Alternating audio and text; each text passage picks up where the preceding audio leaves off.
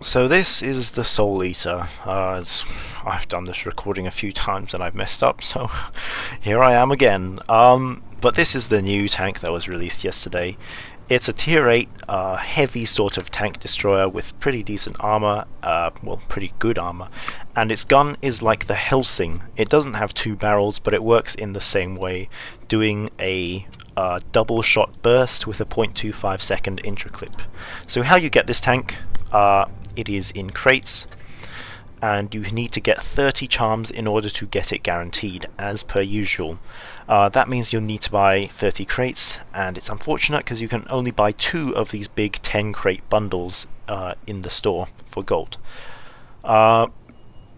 Its drop chance is 1 in 20 or 5%, but don't go off this expecting the tank to drop within 20 crates, because you could just have bad luck and it won't drop.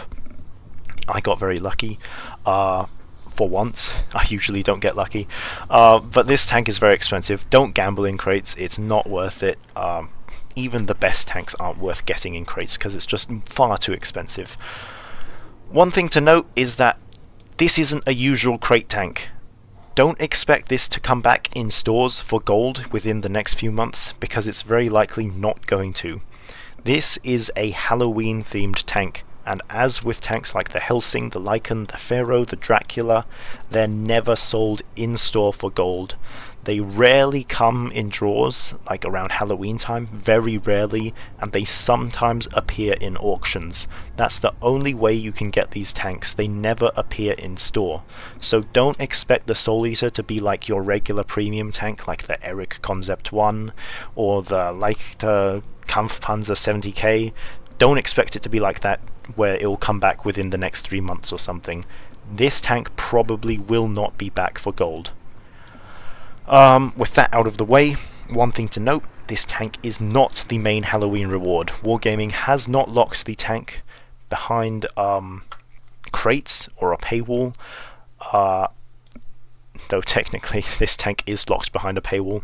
This is the main event tank, the Lightbringer. It is locked behind a paywall because that event that it's coming in is a typical battle pass style event where you can progress up to a certain extent for free, but then you need to buy the battle pass in order to be able to get the tank itself. If you want to get this tank, well, check out this tank's stats. You can see it on Blitzkit. It's a great website for checking out the armor and the model, and of course all of its stats and equipping it, so you can have a look on Blitzkit. But I'll get into the Souleater because that's the topic of today's video. I'll try to be relatively quick, but I usually can't because I like talking about stats. Anyway, looking at its armor, I'm showing this view this time because it's easier to see. This tank is messy. In case you haven't noticed, it has a bunch of visual elements all over the vehicle, so it's sort of hard to tell where to shoot at, and you'll be able to see that with the in-game view. Here you can see there's the lights, there's the sort of grey-black bit coming off of the light, and then there's all of these visual elements around the top. So I'll sort of show a combination of both. Firstly, the spaced armor. Note all the spaced armor bits are in purple or pink. So up here, if you shoot this, that is spaced armor 20mm. If you shoot this, that is 40mm spaced armor. That's 30, and the mantlet is 80. So all of these bits, if you shoot them, you won't do damage. If you shoot them on their own with nothing behind them. Now, taking off the spaced armor, you'll see that this is the actual tank view. Hitting these bits are the bits that do damage to the tank. So now that's out of the way, let's have a look at its live armor. So you'll see very quickly the weak points. Its gun barrel. You can shoot down the barrel of this gun when the tank is aiming at you. It's only 160mm of armor, and you will basically always do damage by doing this. Note, if the tank is angling, you can't actually shoot down the gun barrel like this, as shown here, but that is a weak point. The other weak point is around the gun mantlet, which is flat, either 75 or 100mm thick. Any tank you face will penetrate this, and even Hesh if they get lucky, but note this is very hard to go for as a weak point because you can angle the tank. In fact, how to use the armor of this tank is you should wiggle and angle very often. As you can see here in the right image, the weak points around the gun are gone, basically. It's very hard to shoot there, and why would you risk a shot there? On top of this, it has the lower plate, and you can see the edges here are sort of green, but don't shoot this, it's not worth the risk. You can see here in the left image how small those little grey areas are on the angled sides of the lower plate. It's only worth trying to go for this when the tank is angling like this. Then you can penetrate it over there, and you can see it in the right image that it becomes slightly weaker when the tank is angled. Finally, the lower plate. This is the main major weak point. It is between 100 and 170 millimeters of armor, and that's where you should shoot for any tank. For tier 7 tanks with lower penetration, this might actually be quite a challenging shot to take because it is quite thick in terms of tier 7 penetration, up to 160, while many tier 7s have only between 160 and 180 millimeters of penetration. One thing to note, don't be fooled. There's a lot of people going around saying, oh, don't shoot the Souleater in its mouth because, look, it's a black hole. You can't actually damage the tank. This is false. You can damage the tank there. This counts as a viewport. In fact, it is spaced armor, meaning that all shells except HE and HESH will penetrate it. Heat can go through, but of course, with less reliability. And I'll show that in game here, because I did test this in training rooms. Note, I'm using a T23E3. This is a tier 7 medium tank, which has 160 millimeters of penetration on AP, and the Souleater's mouth area is exactly 160. And you'll see that with me trying to shoot at it. There's sort of a 50% chance that I penetrate or not with AP shells, but then you'll see when I switch to premium ammo, it penetrates all the time. And here you'll see I'm damaging the viewport, because the mouth's opening is the viewport.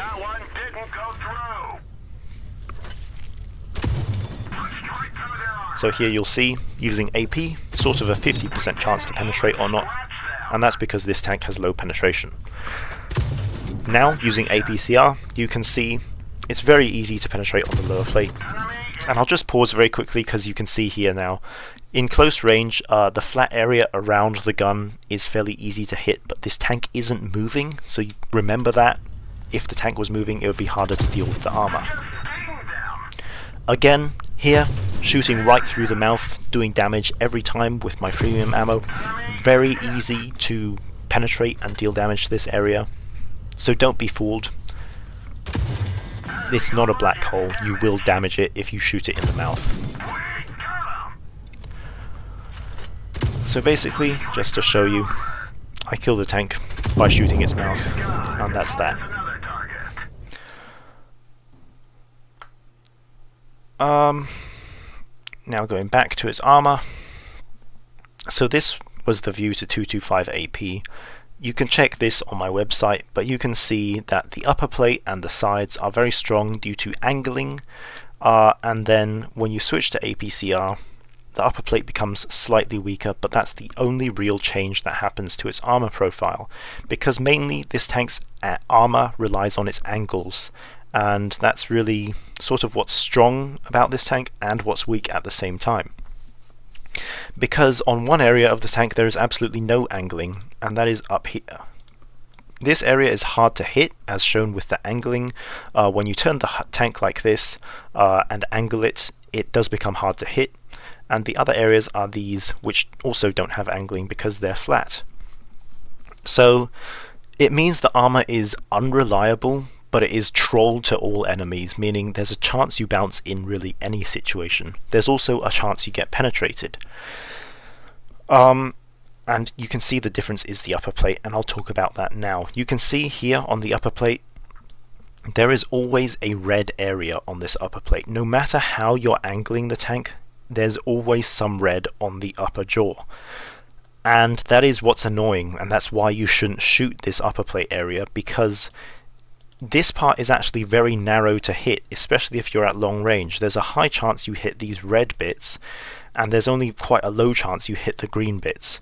Would you take that risk? Is it worth it? Just shoot down here.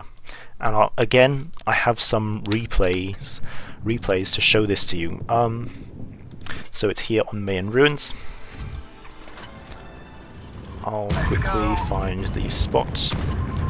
So remember, this tank has a 2-shot burst, and that kind of is important for when I show you this weak point. Enemy armor is hit. Enemy armor is damaged. Track hit. So here, you'll see the enemy Souleater hits one shot, penetrates one shot, bounces the other. And here, just pausing quickly. So look at the Souleater's armor profile. You can see that around his gun there are some weak points, but it's a hard shot to make. And now looking at his hull, you can see the sort of sides are somewhat penetrable, and the lower plate and the mouth are very penetrable. But look at the upper plate. You can see those angles on those teeth. Since Wargaming has modelled them properly, it's always red in some situation. And you can see the 2 teeth that are on the right side have sort of a more penetrable area on one side, but very red on the other. And the 2 teeth on the left side, which are closest to me, are sort of a half red colour. And you can see this when I shoot the tank. So one shot you can see there goes into the upper tooth area and bounces off, and the other shot goes into the mouth. And you can see there, one shot penetrates, one shot bounces.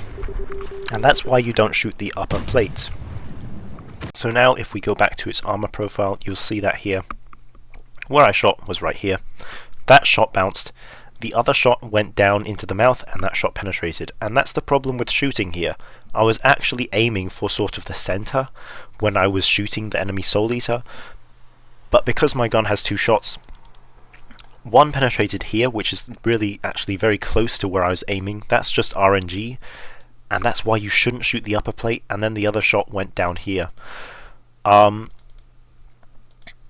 So don't shoot the upper plate, it's not worth the risk really. It's sort of like a 50% chance you penetrate whether you hit the green area or the red area, and that's what makes this armor unreliable. So overall, pretty troll armor for the Souleater, and you can see when it angles, this part's 75 base, and same for the front of the tracks. The back of the tracks are 65 base. Overall it's okay side armor, it's nothing great, but you can angle it like this, which you do need to do in battle. So it's okay side armor. Next, getting into its gun. This has a 108mm gun, which is the same as the Turtle Mark 1. Its alpha damage is 270, 240 on heat, and 350 on HE. Remember, this is a double shot, working the same way as the Helsing, so really its damage is more like 540 on AP, 480 on heat, and 700 on HE. In terms of DPM, 2400 is low for a tank destroyer, but compared to heavy tanks that's pretty good. And for its alpha damage of 540, 2400 DPM isn't bad at all. 13.3 seconds reload is pretty slow, so you don't really want to be trying to out-reload enemy tank destroyers, because they will out-reload you. And also enemy heavy tanks will do the same. But penetration, 238 on AP, slightly below average, but not by much. Heat, 315, that's above average, that's actually very good, even compared to average tank destroyers in tier 8. And HE 67, that's also very good, especially considering this is only a 108mm gun. It should really be having more around 55 like the Turtle Mark 1. Estimated aim time, which is the in-game aim time, 3.7 or 3.9. Pretty decent, it's not terrible. Again, consider this does 540 damage, but it's nothing amazing. Base aim time 2.44. Again, it's decent, it's nothing amazing, but it does high damage. 0.331 dispersion is actually really nice dispersion, considering this does a 540 burst. Compared to other tanks in tier 8 which have sort of high level alpha damage, there's the Borsig, which has I believe 0.407. There's the ISU 152 that has 0.362. And then of course, if you compare it to the same caliber of gun, the Turtle Mark 1, that has .344. So this one actually has really nice dispersion considering its damage burst, which means it can snapshot pretty well. On top of this, gun handling is really nice, especially for a tank destroyer.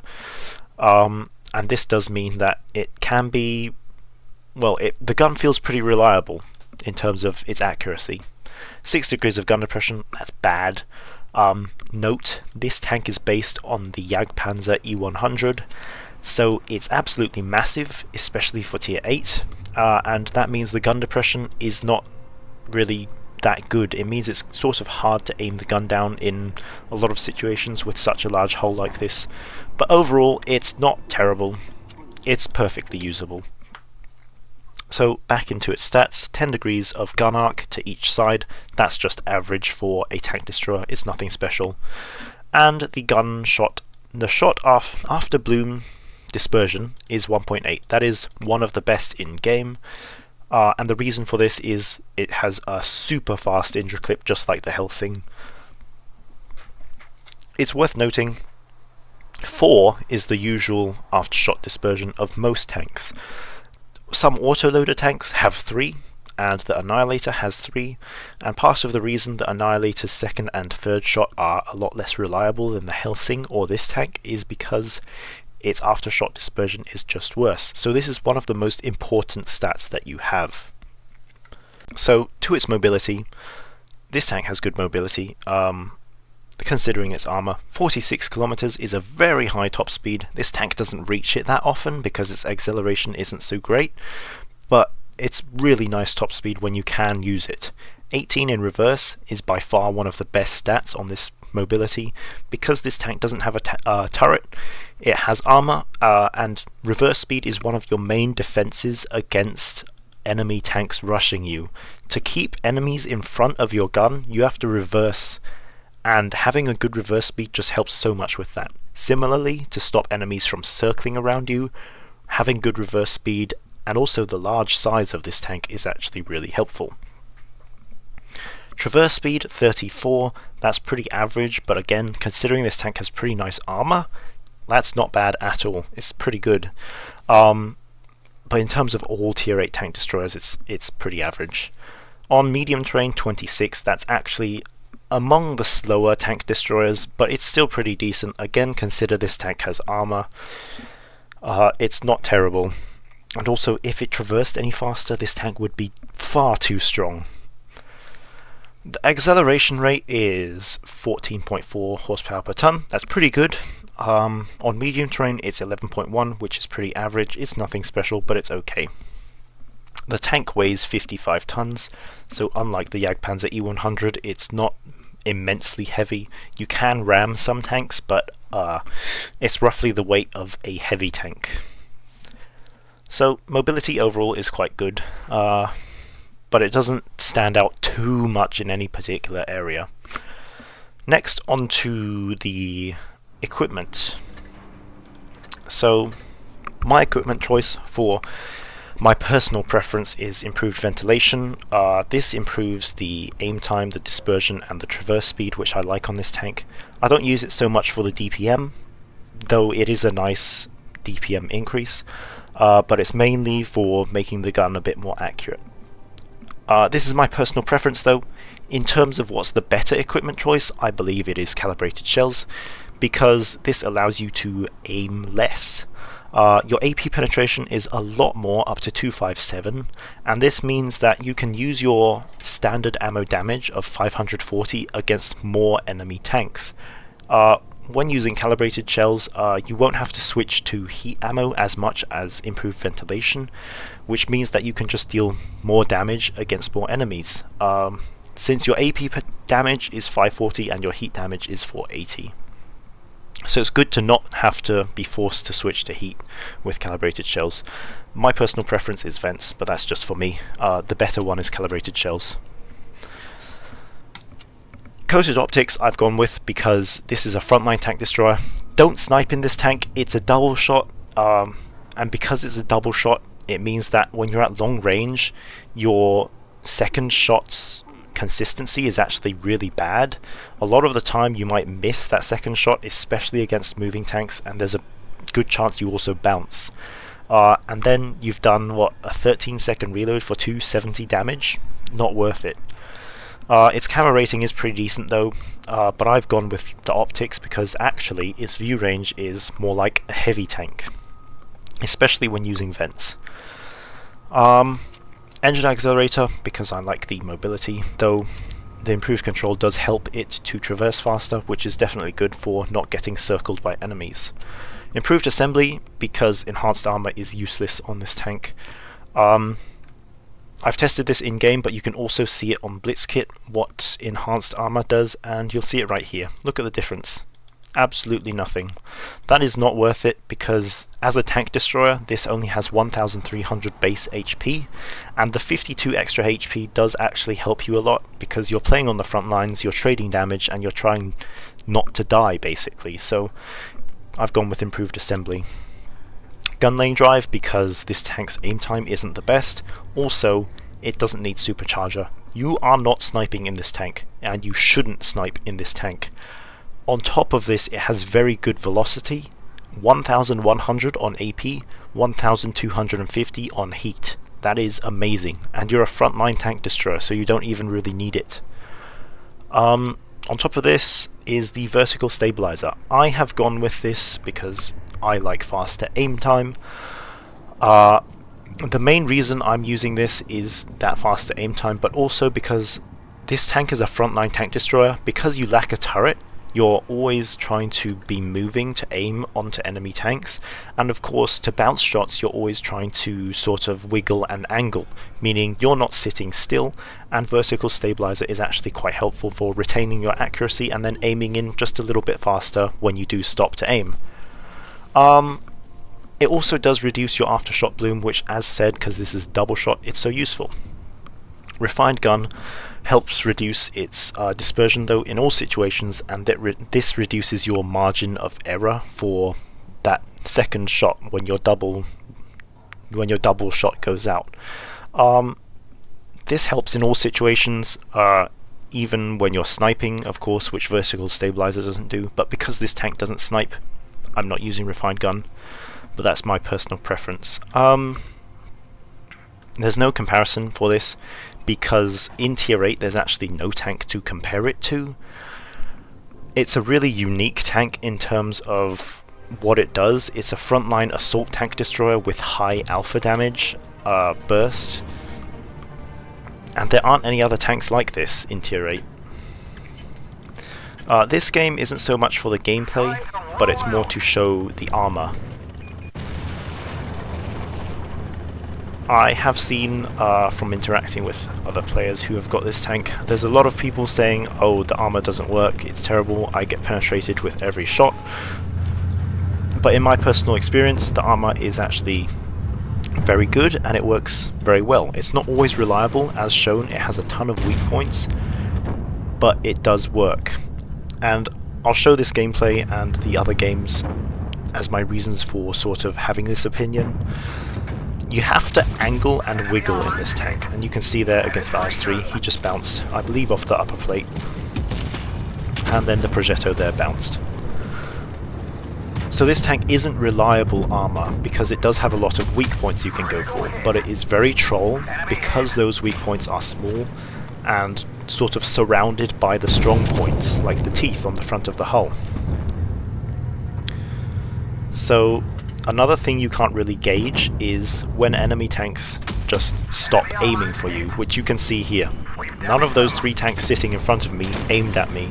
They all looked at my armor and then aimed elsewhere. It doesn't count towards your bounce damage score, but they're basically choosing to not shoot you because they don't want to bounce. And that is something that is rather massive. For enemies to just not shoot you at all, counts a lot as sort of your effective hit points. So this game, I'm sort of just being the heavy tank on this flank because we don't have any heavy tank taking this position. And you can see here, I take one shot of damage from the SMV, which manages to penetrate, but the other shots bounce off. Gotcha. And that's the thing with this troll sort of armor profile.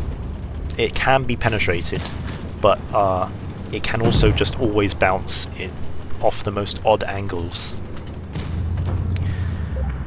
Very shortly you'll see where this armor falls down. Note, this is a turretless tank destroyer, and the problem with turretless tank destroyers is they're bad at dealing with multiple enemies, especially this one because it has a long reload. You can see the SMV there, he penetrated the area around my gun mat, which is flat. Enemy armor is damaged. And now this is the problem, I'm being shot by 4 different tanks and I can't bounce because my armor's only on the front.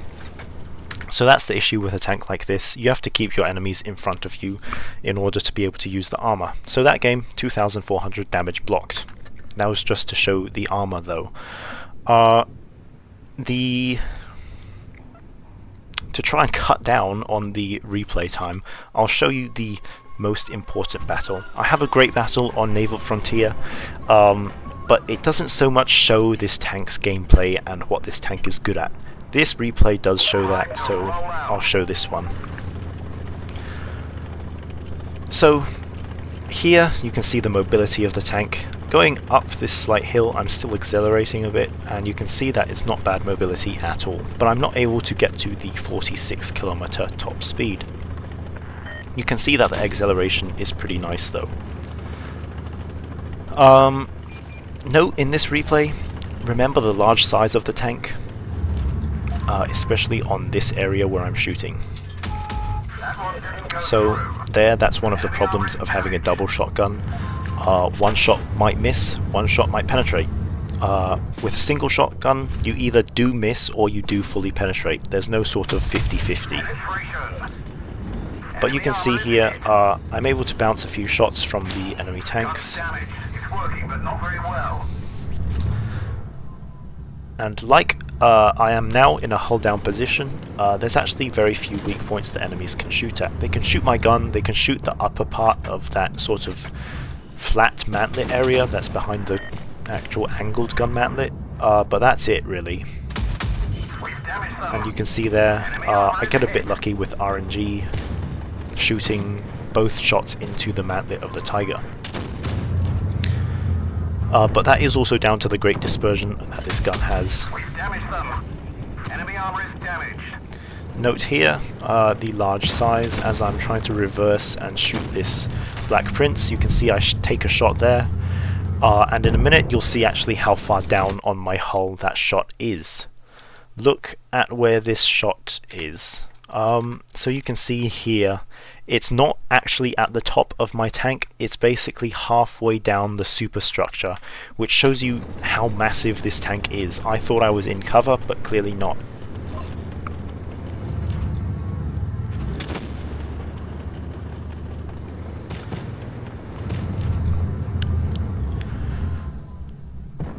But this position is basically just showing you sort of the armor of this tank holding a position and working well. That shot, you can see it actually hit the upper part, the upper spaced armor up here, I believe, and that's the reason it didn't penetrate. I can't actually see the penetration mark, but it did hit quite high on the tank.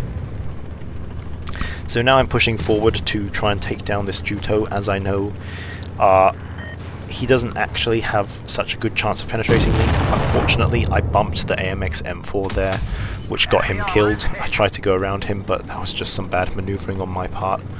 But here you can see one of the nice things about a double shotgun. I didn't aim much against the Juto, and one shot hit anyway. And again against this Tiger 2, not aiming much, I can just snap in that shot. Because when you shoot, you have sort of 2 chances to hit rather than just one. And it's one of the nice things you have on these double and triple shotguns. Here you can see this unfortunate Juto is not even trying to fight me.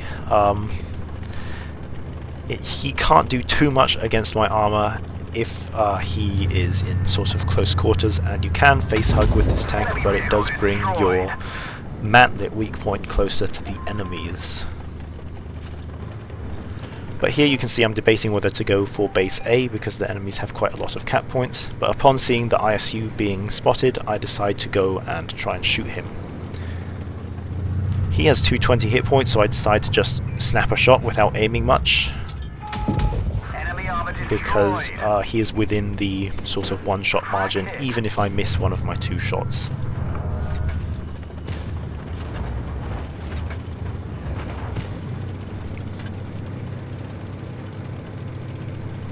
So here again, notice the mobility.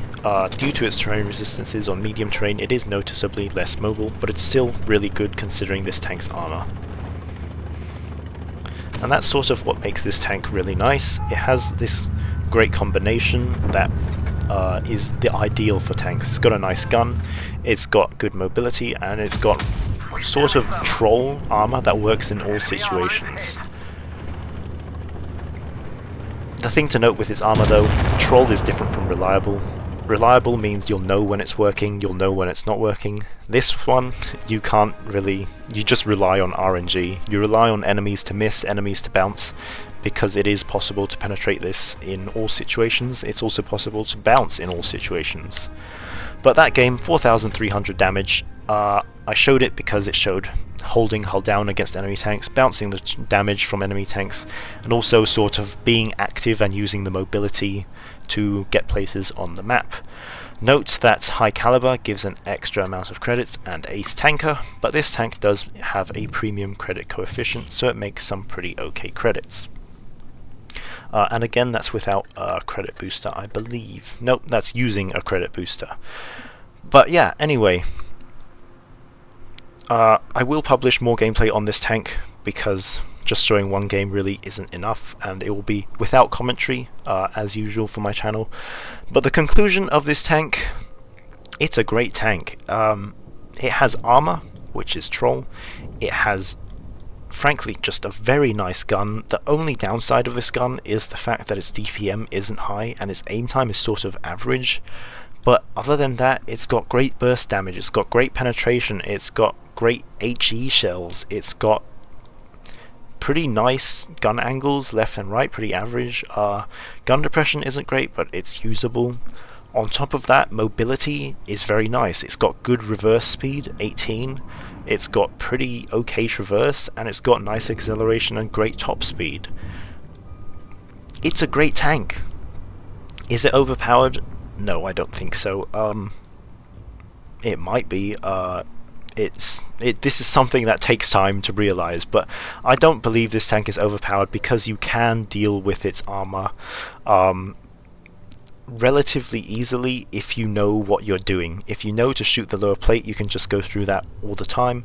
If the tank is angling, you can shoot its side of its lower plate, and if it angles too much, you can shoot here. Because its side armor is just 75, you can also use heat against that. But yeah, overall, a great tank, I believe. Overall, very strong, very nice, and unique, of course. Again, this tank is massive, based on the Jagdpanzer E100, but its lower plate is very narrow, like the M5 Yo, and that's something you have to remember when you consider its armor. But yeah, Souleater, quite a nice tank.